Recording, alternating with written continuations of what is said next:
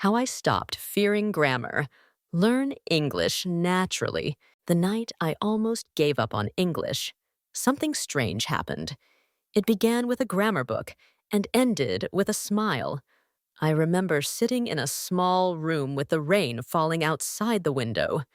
The air smelled of coffee that had already gone cold. I opened the same grammar book I had read 100 times before. Its pages were full of rules and charts that looked like they belonged in another universe. I wanted to understand. I wanted to speak like those confident people on television. But the harder I tried, the heavier my heart became. Every time I looked at a sentence, I felt smaller. I asked myself, why can other people speak easily while I freeze every time I open my mouth? I felt stupid. I felt broken.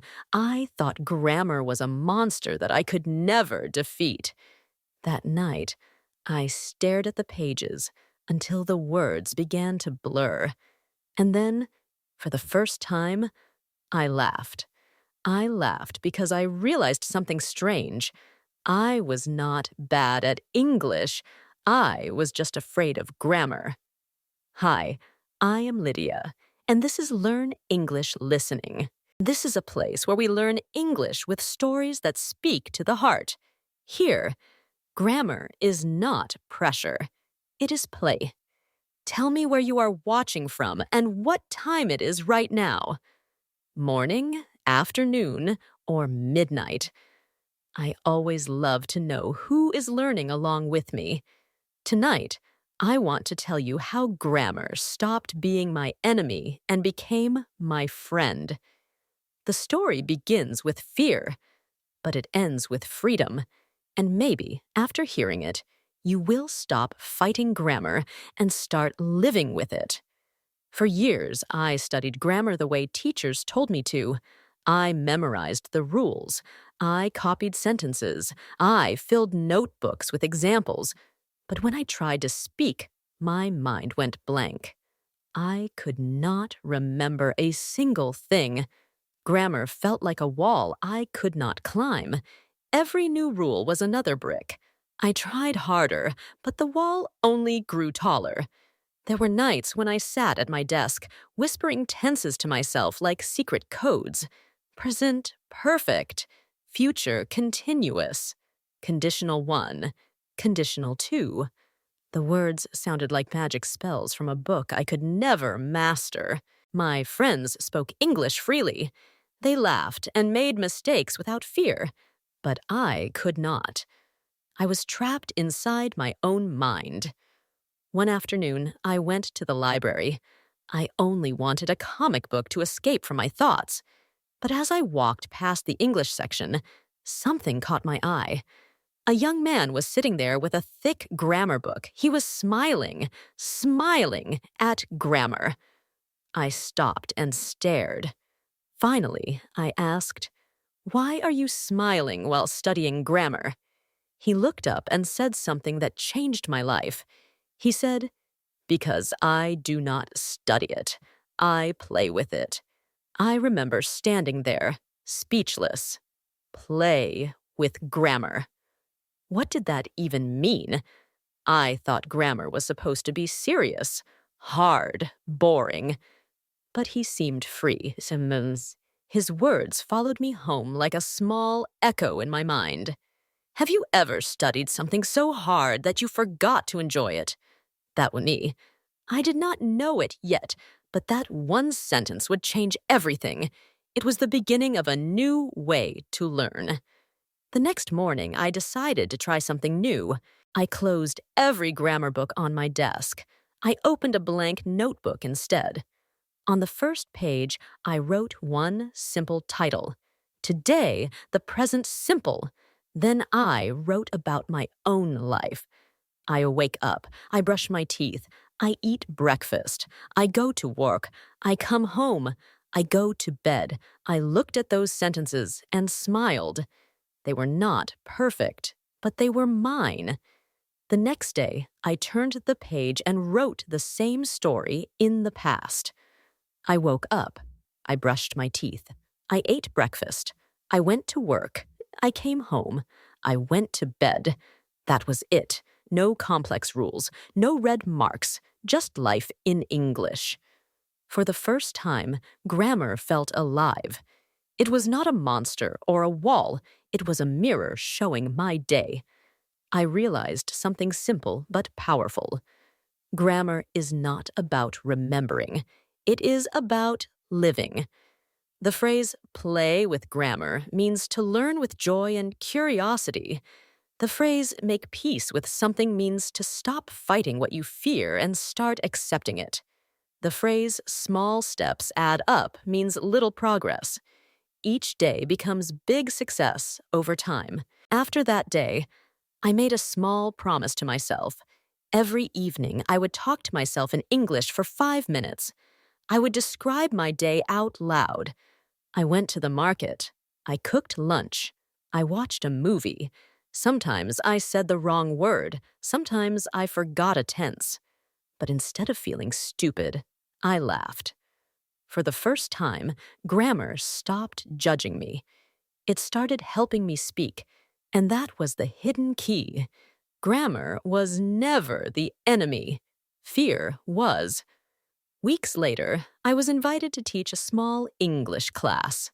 Most of the students were adults who had spent years afraid of grammar, just like I had been. They told me they wanted to learn, but every rule made them nervous. I smiled and said, "Today, we will do something different. We will laugh with grammar." I told them to write one funny sentence using 3 different tenses. The room went quiet. Then one student raised his hand and said, "Teacher, can I write something silly?" I said, "Yes, please do." He stood up and read aloud, "Yesterday I eat rice. Today I ate rice.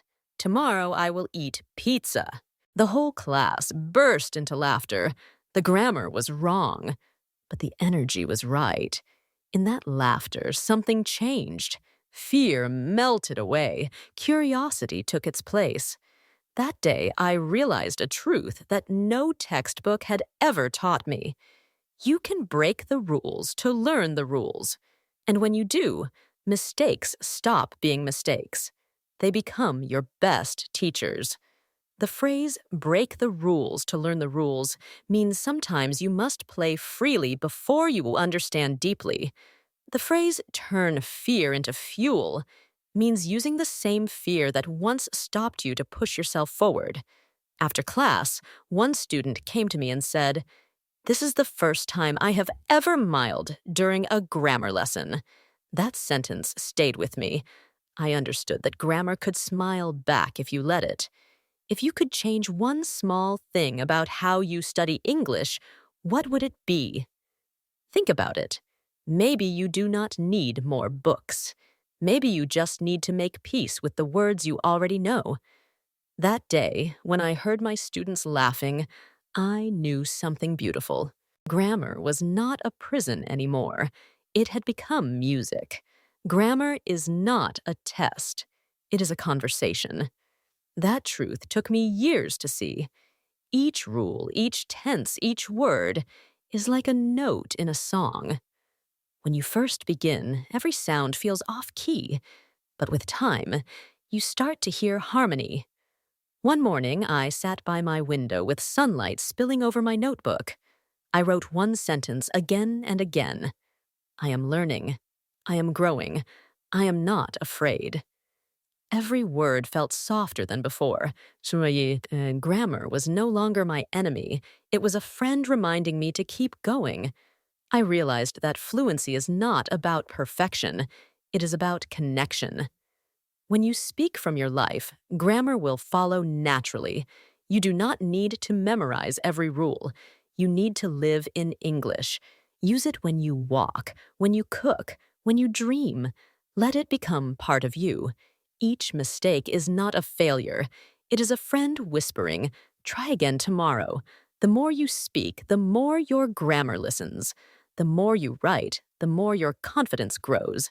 One small step each day becomes a leap over time. That is how progress is made, not through pressure, but through peace. In that quiet morning light, Light. I finally understood. Grammar was never about rules. It was about rhythm. The night I almost gave up, I did not find a new method. I found a new mindset. I stopped chasing grammar like a trophy and started treating it like a friend, and slowly, it opened its arms.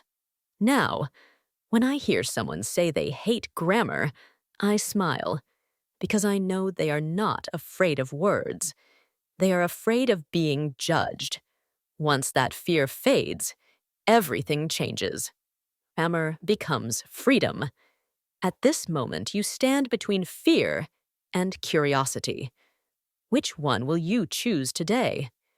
If this story helped you see grammar differently, write the word curiosity in the comments. I would love to read it. And if you know someone who still fears English, share this story with them. You might change their night too. When you stop fighting grammar, you start hearing the music in every sentence. And one day, without even realizing it, you will find yourself speaking English not as a student, but as a storyteller. Thank you for spending this time with me.